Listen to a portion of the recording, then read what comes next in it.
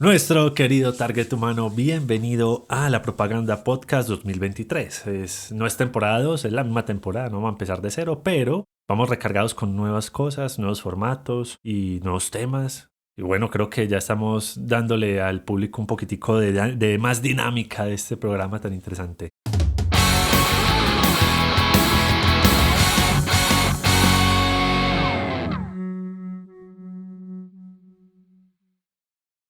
Hola a todos, bienvenidos a un capítulo más. Bueno, como decías vos, no sé si es nueva temporada, no sé si es la misma, no sé cuándo terminamos una temporada y empieza otra. Básicamente es como una línea de tiempo que no podemos visualizar bien. Básicamente los engañamos porque el capítulo de la semana pasada, el que salió de Nike, realmente ya estaba grabado el Claro, año pasado. Entonces, ay, qué pena, pero somos tan nuevos en esto que ¿no? Igual es válido porque es contenido que vamos realizando y que vamos sacando en la medida que vamos pudiendo. pudiendo. O Pudiendo. pudiendo. En Pero, fin, en fin, hoy vamos a hablar de algo chévere porque queremos empezar el capítulo, la temporada, el año, no sé, las grabaciones del año, hablando un poco de nosotros y de lo que hacemos. ¿Por qué llegamos a nuestras profesiones? ¿Qué nos llevó a decidir tener este tipo de profesión en nuestras vidas? ¿Por qué seguimos en ella y no ¿por qué crees lo abandonamos? que crees? ¿Por qué crees lo que crees? Porque un rosarín aquí bien bacano. No sé, porque nos dedicamos a esto y no vender fotos de pies en OnlyFans. Pues entonces creo que bacano este tema y le vamos a dar un poquito de pregunta-respuesta. Santi. Exacto, el capítulo de hoy trata mucho sobre, ¿recordás que en el colegio le hacían a uno como en un papelito con unos triángulos de colores y Ah, no sé el qué? sacapiojos. Se Una cosa llama. Sí, así. sí, sí. Entonces que te hacían Me decía un número y preguntas, contaban varias veces. claro, y que supuestamente eso era lo que ibas a hacer en el futuro. O con quién te ibas a casar, o quién Exacto. tenía piojos de verdad. Entonces básicamente el capítulo de hoy es como un chismógrafo, pero como vos lo mencionabas, es hablando por qué escogimos las profesiones que tenemos hoy en día, qué camino nos llevó a tener este estilo de vida que sonaba muy glamuroso en un principio, pero ya después la realidad fue otra. Pero por qué estamos haciendo eso y por qué, digamos, se nos transformó no solamente en un trabajo, sino también como en una forma de ver el mundo. Bacano. Entonces yo creo que la primera pregunta para dar introducción es, ¿qué quería hacer cuando eras chiquito? Cuando era niño, el Santi miniatura, ¿qué quería hacer? Habían dos cosas muy puntuales que yo tenía, pero súper clavadas, que Te tenían quería hacer. clavado cuando estabas Lo niño. tenía clavado.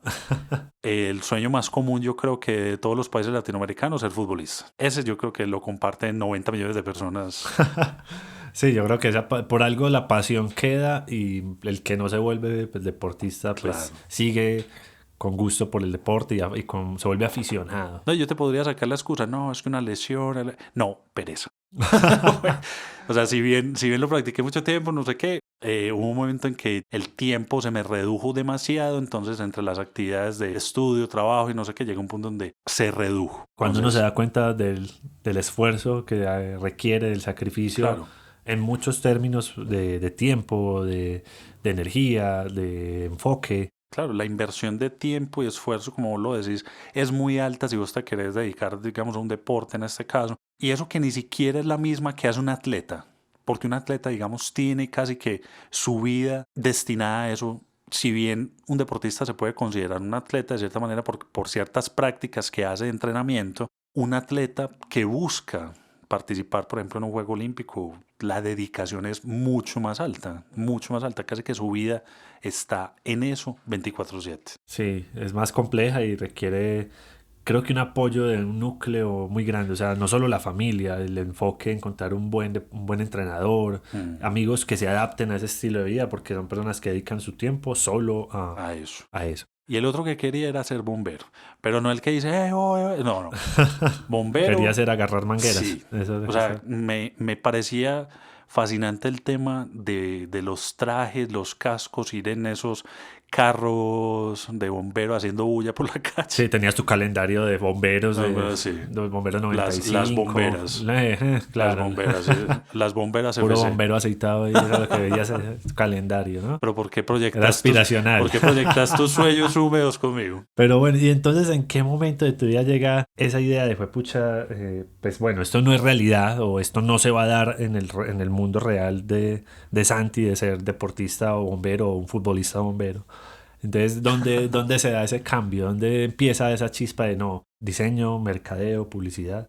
En mi familia, mi papá desde muy niño le gustó el dibujo y lo practicó. De hecho, fue un tema muy particular y es como empezamos a hablar un poquito de cómo cambian las formas de educación con respecto a las actuales.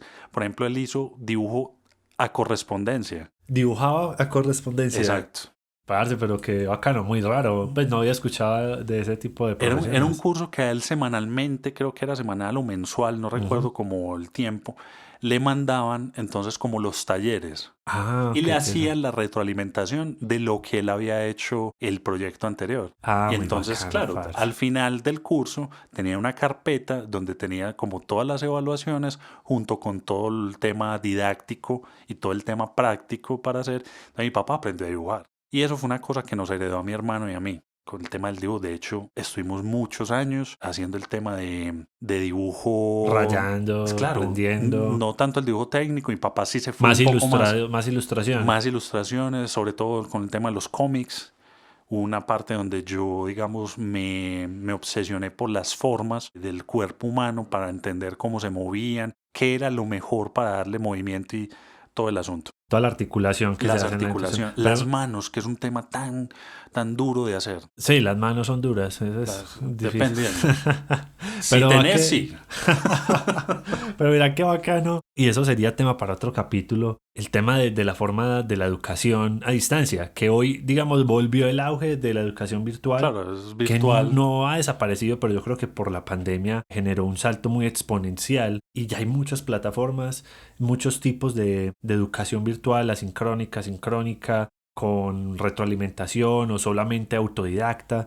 Pero mira que en esa época existía ese formato, Claro. simplemente que, pues digamos, el envío de la información no era No inmediato, era sino inmediato, exacto. que tardaba un poquito más en el proceso, pero muy bacano, muy teso, Ujú. pues bacano. Ese me parece como un tema chévere para otro Otro cap. capítulo, las formas de educación, Entonces cómo han avanzado. empezaste a dibujar, empezaste a rayar, Claro, decías, voy a calcar entonces estos bomberos, ¿de dónde sale te voy a ya regalar un el calendario de proceso? bomberos para que lo pongas detrás de tu cuarto. No, no, ya el tuyo con las hojas pegadas muy difícil, No, ¿no? no, eso está melo. Bueno, entonces me pasó una cosa muy curiosa que es lo que le pasa a muchas personas que no están dentro del gremio de la publicidad y el diseño y toda la cosa, que es pensar que publicidad es hacer dibujos. Ok. Entonces yo creía lo mismo. Entonces mi hermano, él es mayor y se metió pues a la carrera de publicidad. Y al principio, pues paradójicamente, tenía que hacer muchos dibujos. Pero Entonces era porque, estaba digamos, reafirmando claro, entonces yo dije, bueno, no, esto es ese, como lo mío. Esto de hacer publicidad es hacer sí, dibujos, sí, esa básicamente. idea, sí. O hacer diseño es hacer dibujos. Entonces yo dije, bueno, listo, por aquí es como la ruta. Esto es lo que voy a hacer. Y bueno, y empezó así el tema y estuve indagando antes de terminar el colegio. Y ya me di cuenta que mi hermano estaba haciendo cosas muy distintas a lo que yo había visto al inicio, donde ya no tenía que ver tanto con la parte artística, sino que ya tenía que ver algo más con el tema del comportamiento del consumidor, qué hacían, qué querían, por qué compraban, qué no compraban. Y ese tema de cosas me empezó a interesar más. Ya cuando ingresé a la carrera, aún tenía, como nos pasa a todos en cualquier aspecto académico, tenía unos conceptos de qué era lo que me iba a encontrar, supuestamente. Sí, cuando uno lee una malla curricular, uno dice, bueno, voy a estudiar tales temas y uno de pronto pues, va y consulta, pregunta. En ese momento de pronto en la red sí había mucha información, pero no era, digamos, como tan masiva o de pronto había muchas dudas de encontrar ese tipo de datos de, bueno, ¿y Claro, esto a qué se refiere cuando me dicen esta malla curricular?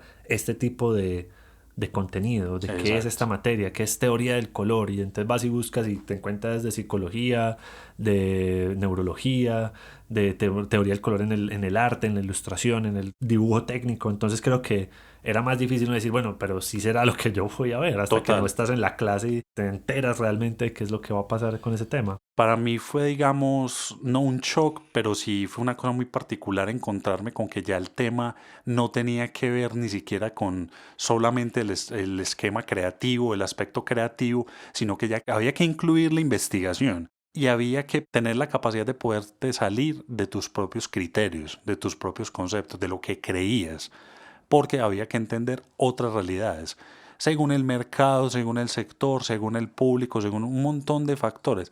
Entonces habría que tener la capacidad, por decirlo así, de poder entender la situación y las realidades de otros. ¿Y cómo te sentiste cuando te das cuenta de que estamos hablando de que uno llega a ese tipo de carreras con una idea? de pronto no es la idea correcta, digamos, es la parte más de la idea soñada, de listo, me voy a empezar a hacer diseño, a publicidad, a construir imágenes gráficas muy bonitas, a ilustrar avisos, pero luego se enfrenta con la parte de pronto que es menos volada, menos creativa, más racional. Entonces, Ujú. pucha, no es solo dibujar, también hay que investigar, también hay que entender un poco de Eso. mercados, entonces Exacto, no se hay cruzan solo. otro tipo de carreras. Es una sinergia muy, muy maravillosa porque es Si la te parte gustó. creativa, Ujú. claro, me pareció fascinante. Luego que la entendí, porque vos sabes, y ahorita te voy a devolver la pregunta, vos sabes que es duro tener digamos, una visualización del asunto, que no, la publicidad, el diseño son súper volados, es ser loco, es ser creativo, que los premios, que no sé qué. Entonces ahí es donde empiezan a aparecer los famosos truchos de piezas súper conceptuales que no las entiende nadie, pero que, digamos, para ese reducido público, pues, no, esto es una locura.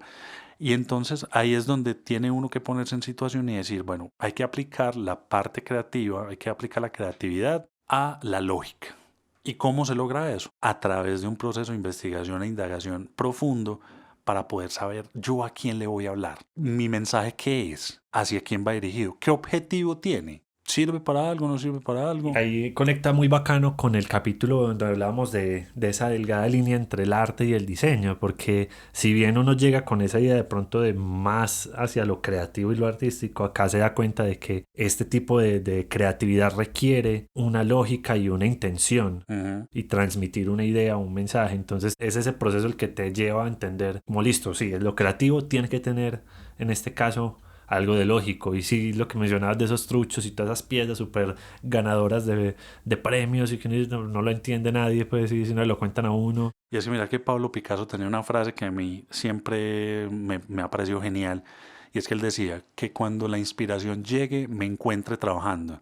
O sea, el tipo ya tenía un modelo de trabajo en el cual a punta de ensayo y error, a punta de observación, a punta de mirar incluso otros referentes de su época o anteriores, él hacía ese trabajo antes de llegar a esa gran idea, a esa gran obra que él terminaba, digamos, obteniendo a través de esa observación, Claro. ¿cierto? Entonces, él era un artista dado a la experimentación. Entonces no se casaba con su primera obra, sino hasta que él sintiera que realmente reflejaba algo, su mensaje era lo que terminaba entregando.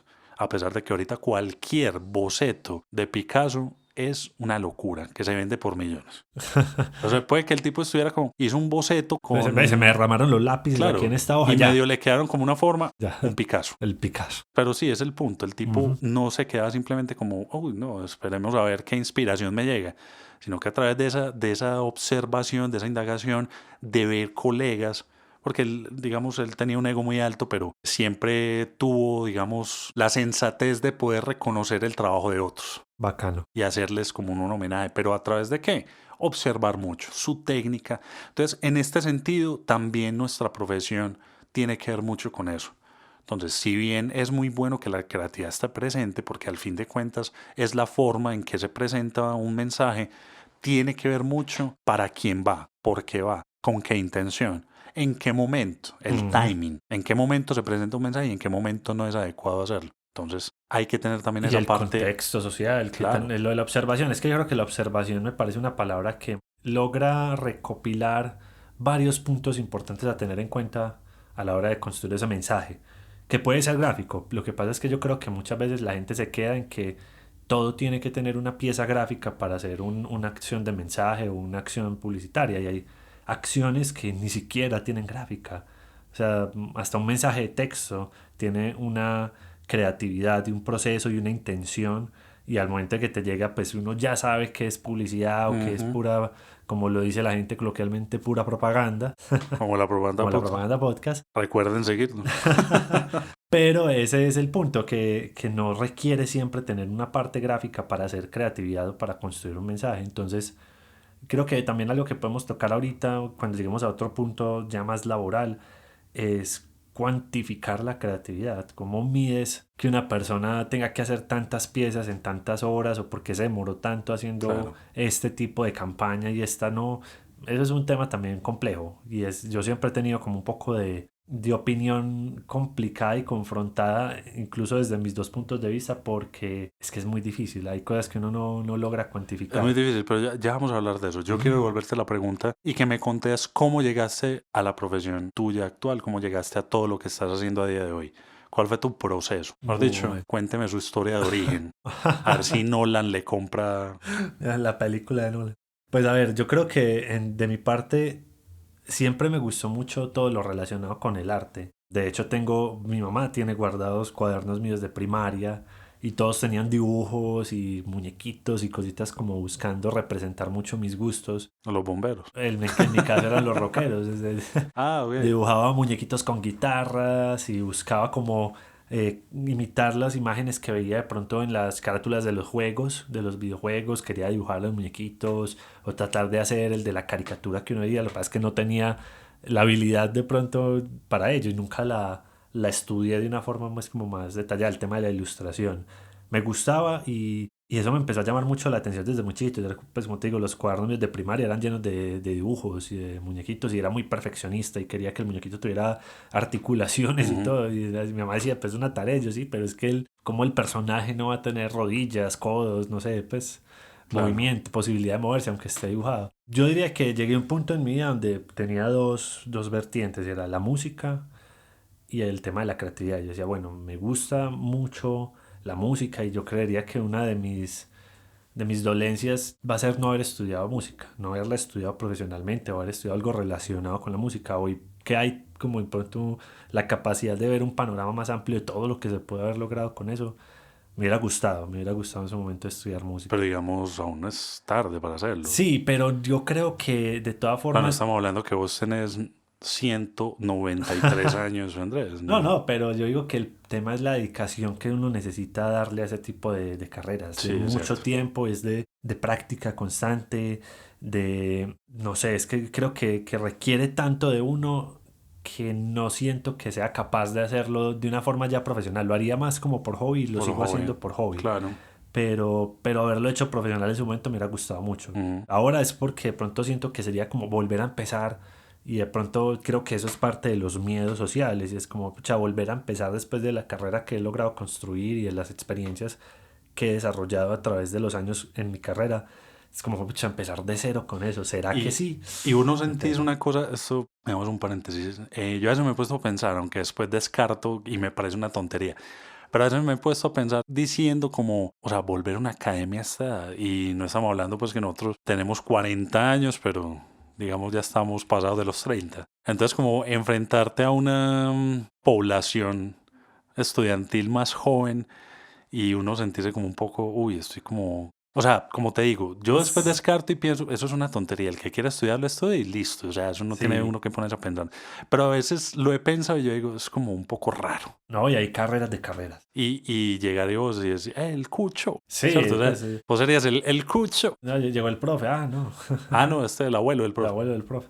No, y creo que hay carreras de carreras. Yo hice la segunda carrera ya trabajando y fue una situación muy compleja porque era trabajar, salir del trabajo a estudiar, pasar todo el fin de semana estudiando y fueron 4 años muy pesados. O sea, Pucha, una fue vida más muy duro. adulta, por decirlo así, Sí, y no porque tanto la del universitario, la del estudiante de la época. que obviamente no quiere, no estoy diciendo, no quiero decir que los jóvenes no tengan responsabilidades y que mucha Mm, gente en este instante independiente que tenga 20 años y esté haciendo su carrera, no tenga ya muchas muchas responsabilidades. responsabilidades, exacto. Pero por lo general, uno a esa edad pues tenía pronto un poco menos de responsabilidades, Y otro tenía tipo de más. pensamiento Sí, también. y tenía pronto el apoyo económico de los papás, todavía vivía con ellos tal vez. Entonces digamos que se disminuyen ciertas cargas que uno hoy en día se fue, pucha, es que ponerme hoy a estudiar y más el trabajo y entonces es algo que de pronto va muy en contravía de lo que ahora hago, entonces después se vuelve algo que uno a la final lo hace por hobby. Es Y sí difícil. quiero estudiar y quiero seguir, retomar la academia y estudié técnica vocal y estudié guitarra y estudié piano y qué bacano volver y retomar algo y hacerlo, pero por placer y en el momento en el que uno pueda, porque también creo que Sí, es de ese es otro acuerdo al aspecto. contexto de vida que cada uno tiene. Entonces, volviendo un poco al tema de la carrera, cuando estaba ya más o menos en noveno, décimo, que empieza uno a decir, bueno, ¿y ahora qué sigue? Cuando uno está en el colegio, uno se acaba el año y ya sabe que sigue el otro año, pero cuando vas a O tomo la terminar, decisión de ser bandolero. bandolero, vendedor ambulante o un emprendedor en empedernida, ¿Cuánto pero que dejar ahora ¿cuándo yo dejar creo al que... Bonais? O Eran volver. las preguntas que pasaban en...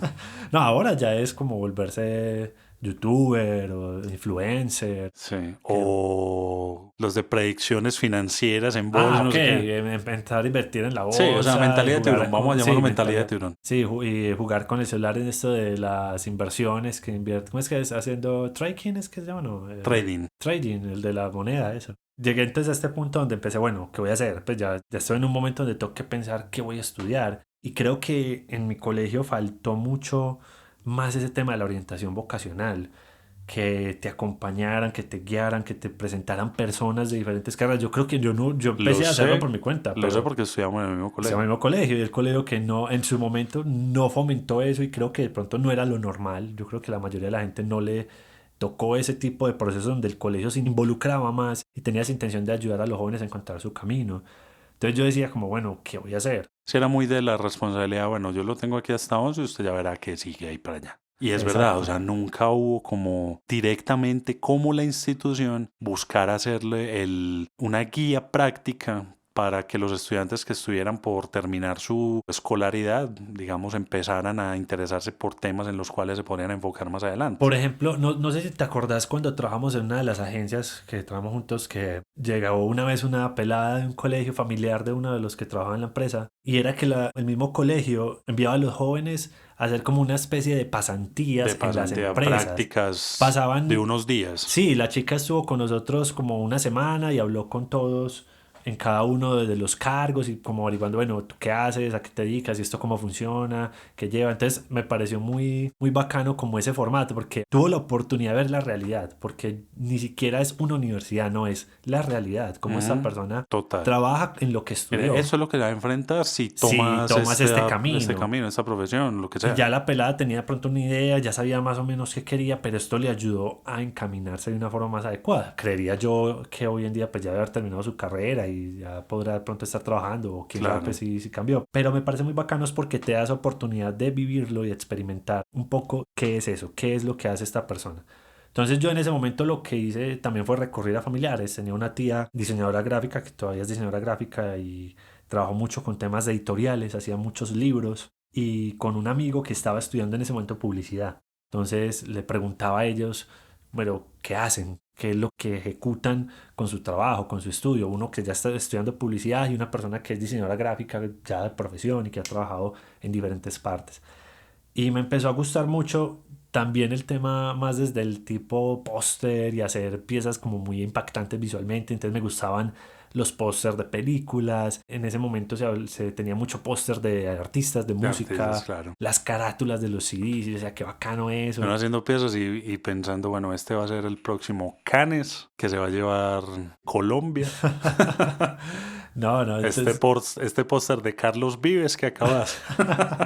No, eso fue nada. Fue yo creo que, digamos, una de las partes que me llevó a elegir la carrera. Entonces dije, bueno, yo me voy por diseño gráfico. Yo elegí el diseño gráfico como primera carrera. Ujú. Y en 11 empecé a trabajar con programas de diseño. Me enseñaron un poquito en ese momento de Corel, De Corel, de claro. Photoshop. Entonces empezaba a hacer trabajos del colegio con material gráfico, pues como buscando acercarme a esa idea gráfica. Me acuerdo que tuve que hacer una revista. Y yo hice una revista y le dije al compañero publicista, ayúdame a que esto quede bien bacano y todo. Y yo llegué con una revista y cuando llegan los otros compañeros con mirellas y cartas gigantes y se Mm. movían y con 3D, y yo, bueno, no sé, van por otro lado tal vez, pero yo quiero hacer esto. Me gustó. O sea, mientras unos querían poner la tienda de sentimientos, vos Eso, estabas ya pensando, fomentando ¿cómo hago esto de verdad? Que esto sea la nueva real. editorial. Exacto, y busqué la forma de hacer con la engrapada y todo, pues que quedara en formato de libro, Mm. cerrada, todo. Y de ahí pues partió como la idea, empecé a estudiar y yo creo que también me pasó mucho que al principio eran materias como muy raras, como muy de introducción, entonces uno dice como, hijo pucha, esto, ¿Eso para qué? sí, yo en qué momento empiezo, yo quiero ya diseñar, yo quiero hacer pósters, yo quiero hacer cosas. Pues me imagino, te tocó ver historia del arte. Sí, claro, historia del arte, historia de la ilustración, teorías del Claro. color. Vi muchas materias que me parecieron muy bacanas y que de pronto me llevaron a pensar en otro tipo de temas como el comportamiento del consumidor. Me empezó a gustar mucho la idea de cómo funciona la mente humana, porque la gente reacciona o tiene afinidad por ciertos temas de al ver un material, un color, una forma. Eso. Pero lo que te iba a decir con historia del arte, particularmente, me estoy volviendo puertorriqueño, historia del arte. Lo que te iba a decir con historia del arte que me pasó a mí, porque la vi en dos módulos. O sea, me tocó historia del arte 1 y 2. Entonces yo al principio decía, ¿para qué? Ay, eso yo lo averiguo, no sé qué, historia del arte. Yo no necesito historia del arte. Pero sí es muy importante entender desde dónde vienen muchas cosas. Es lo mismo cuando nos enfrentamos para qué el aspecto psicológico en la publicidad. ¿Cómo que para qué? Porque son unas bases fundamentales que ayudan a entender nuestros comportamientos y por qué tomamos una serie de decisiones para enviar los mensajes más efectivos hacia quienes queremos impactar. Entonces me pasó eso muy particular de historia del arte. Te digo una cosa, esto es una confesión. Yo ese primer módulo básicamente hice la mitad porque me presentaba, asistencia y después de media hora está en la cafetería. Entonces, Aprendiste mucho de la claro. historia, pero de la cafetería. Pero ya después me senté a hablar con el profesor y bueno, descubrí, digamos, otra manera, otra visión por la cual y él me explicó eso. Entender el origen muchas veces nos ayuda a saber hacia dónde vamos. Entonces, a partir de eso me empezó como a interesar más y ya obviamente el módulo 2 le dediqué muchísimo porque ya me pareció muy interesante junto con otros aspectos que tenían que ver, como vos lo mencionas, introducciones a, que eran áreas que a lo mejor viéndolas como muy genéricas no le prestamos la atención que debiéramos, pero cuando ya profundizábamos llegábamos a un tema como, wow, aquí hay una información, una data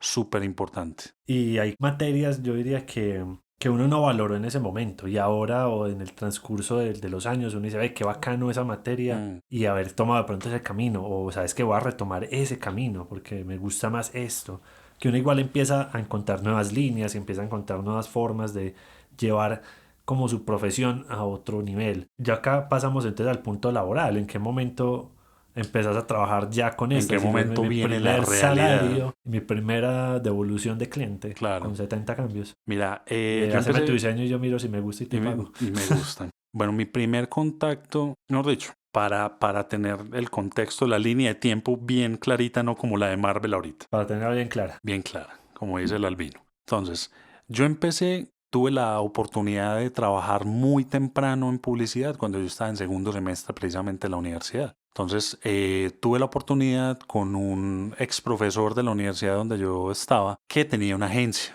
Entonces se presentó la oportunidad, obviamente desde lo raso, haciendo diseñitos básicos, porque uno como publicista no empieza haciendo estrategia, ni mucho menos, va a empezar diseñando, ¿sí? Porque muchas veces se considera publicidad es igual diseño, o diseño es igual Sí, y son publicidad, cosas distintas. y son cosas Importante distintas. tener esa claridad. Un publicista puede saber diseñar un poco y tener noción de diseño, pero no necesariamente es diseñador gráfico. Un diseñador gráfico Puede tiene, tener nociones. tiene noción y sabe cómo encaminarse a la publicidad, pero no necesariamente es publicista. Exacto. Entonces, a través de tener como unas horas de práctica, ya luego fui, digamos, perteneciendo a la nómina, por decirlo de alguna manera, ya más, con mayor frecuencia. Ya de hecho, llegó un punto donde terminaba yo clases muy temprano en la mañana y tenía que arrancar para la agencia. Ya, Y ya era la envidia claro, de los compañeros. Uy, este no man te ya imaginas. trabaja en Usted mañana trabaja en agencia. publicidad, ¿cómo? Y en agencia, Y en agencia. que eso tiene o sea, al Tiene un principio es, trabaja en agencia.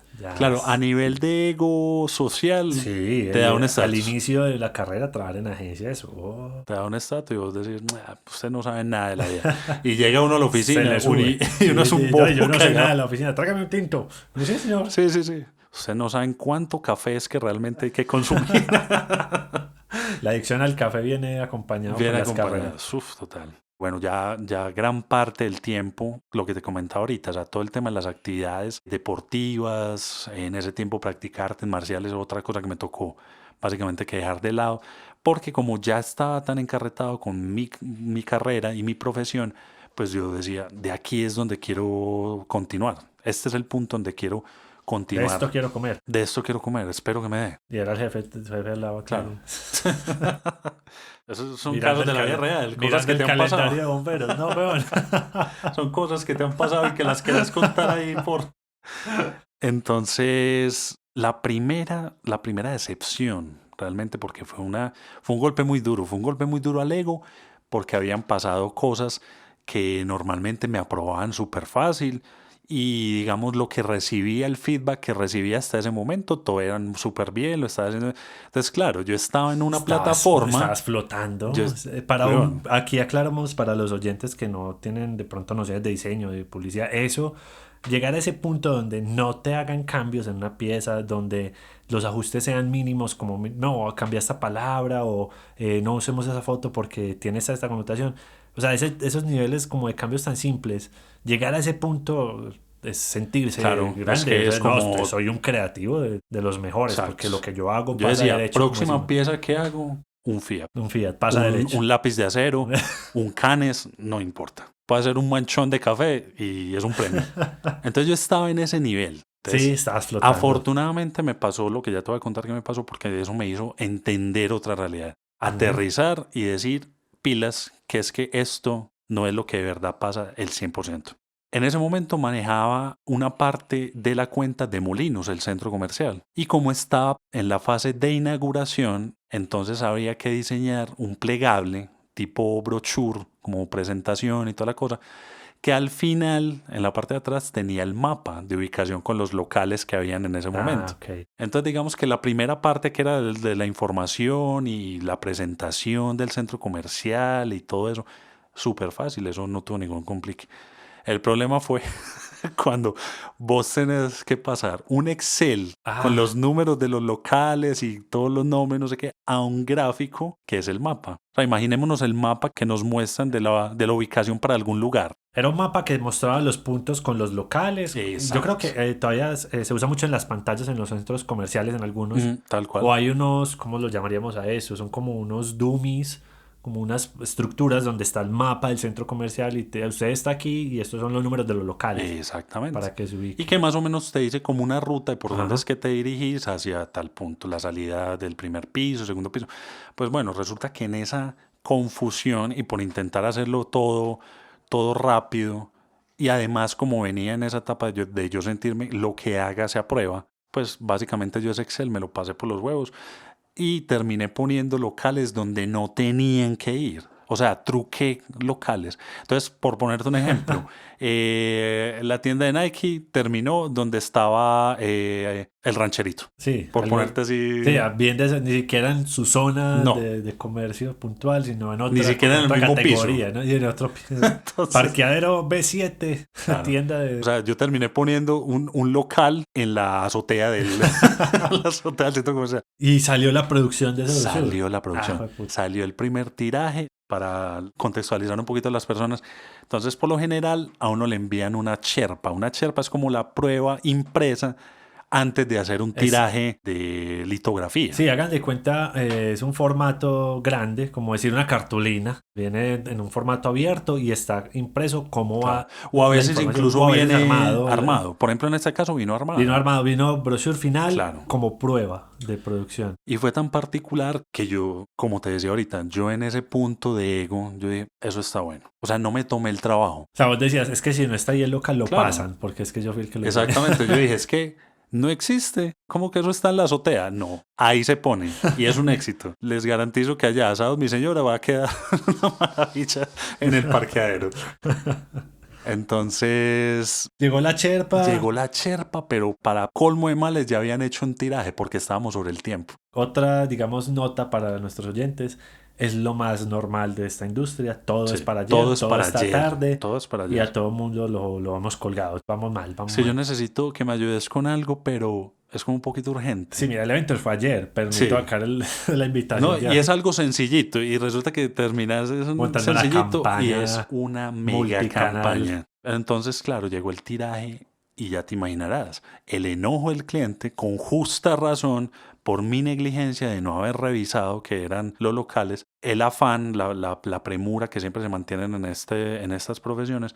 Y aparte de eso, pues evidentemente yo tuve que pagar una parte, afortunadamente, porque pues obviamente no ganaba mucho, estaba en mi primer trabajo de esto, no ganaba mucho. Y digamos, la agencia me ayudó, bueno, nosotros vamos a cubrir una parte, pero otra parte la tenés que hacer vos. Y lo que me dijo mi jefe en ese momento, me dijo, esto no creas que lo hacemos con intención de que te sientas mal, sino que hace parte del proceso de aprendizaje. Pero qué bacano que desembolsilles un dinero para que sientas que eso realmente tenés que tener en consideración hasta los más mínimos detalles. Entonces ahí es donde uno empieza a fijarse en cosas que normalmente no las pasabas de largo, empezás como a tener un ojo más crítico o una atención al detalle más puntual en muchas cosas. Que acá es otro de los puntos que me gustaría llegar a tocar en otro capítulo más detallado, y es la herramienta no es el diseñador.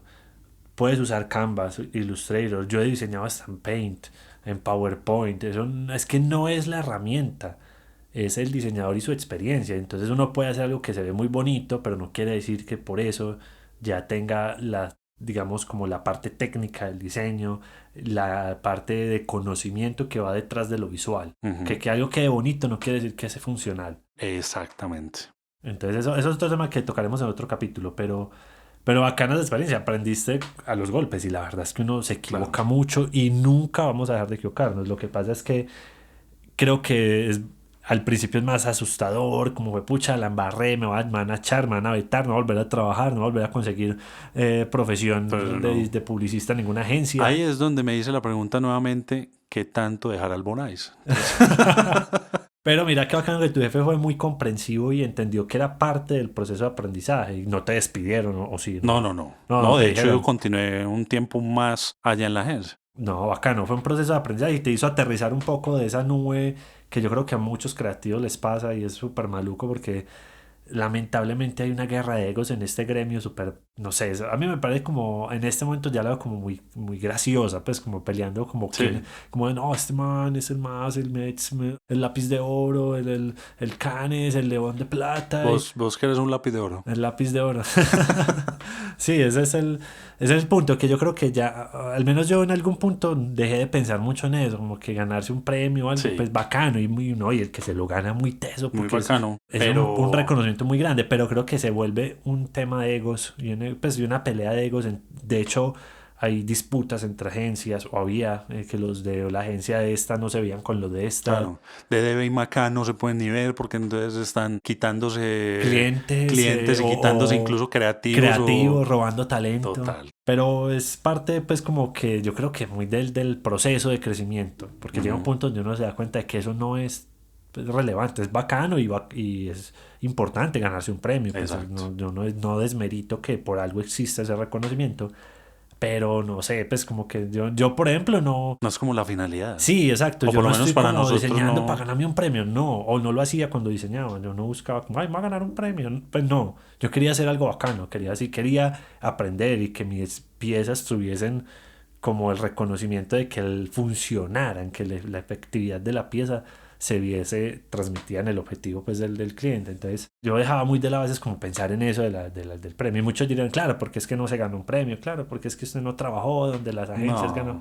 No, pues no creo que no tiene que ver con eso. Exacto, pero bacano, esa fue tu primera experiencia laboral. Y yo te la devuelvo, Andrew, antes de que cerremos este capítulo. ¿Cuál fue tu embarrada? Pues vamos a tener que cerrarla, pero por tiempo, pero esto va a tener que tener segunda parte. Yo creo porque es que todavía nos falta otra. Que nos dejen en los comentarios qué tal les parece para hacer la segunda vuelta. Para una segunda etapa. Porque hay una segunda carrera. Claro. Estudiamos otras cosas. Y hay otros caminos que fuimos tomando. Cómo nos conocimos en una agencia. Exacto. Esas son otras anécdotas. Y yo creo que en esa agencia también sacamos experiencias muy charras. Y creo que todavía hay mucho tela para cortar. Hay que hablar de las clientadas, de cómo uno a nivel interno se ríe, pues, de las situaciones, o cómo las maneja, porque el estrés de trabajar en agencia es muy grande.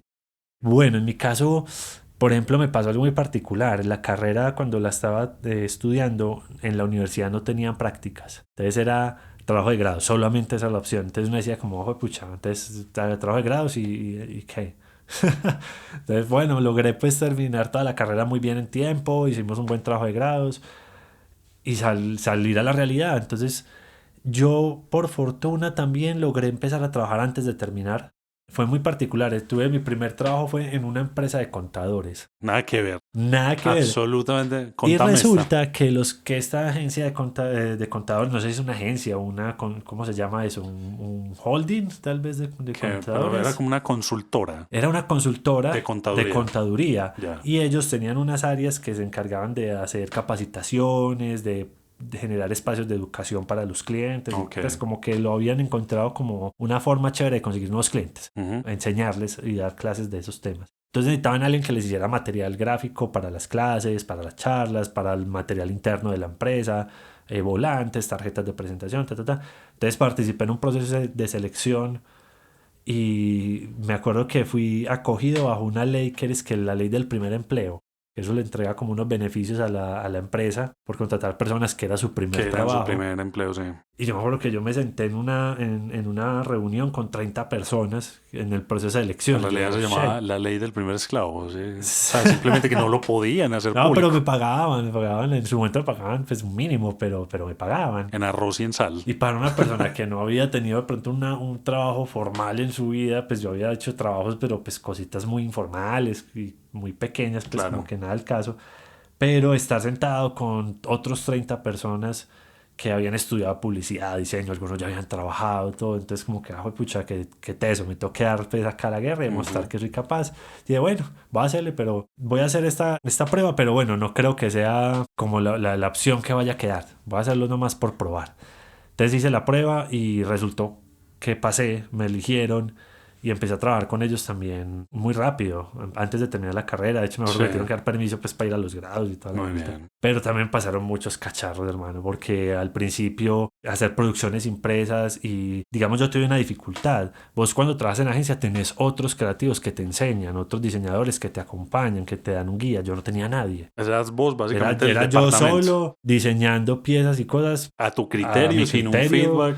Y el feedback era de un contador o de un administrador que me decía, sí, es lo que yo necesito. Me gusta, pero le faltan números. Sí, eso. Parce, me acuerdo que uno de los primeros errores fue que las tarjetas no quedaron en el azul que ellos querían. Entonces, que esa producción había que ellos le iban a asumir, pero que tenía que aprender. Entonces, que yo cómo iba a hacer para que el azul sí fuera el que ellos querían.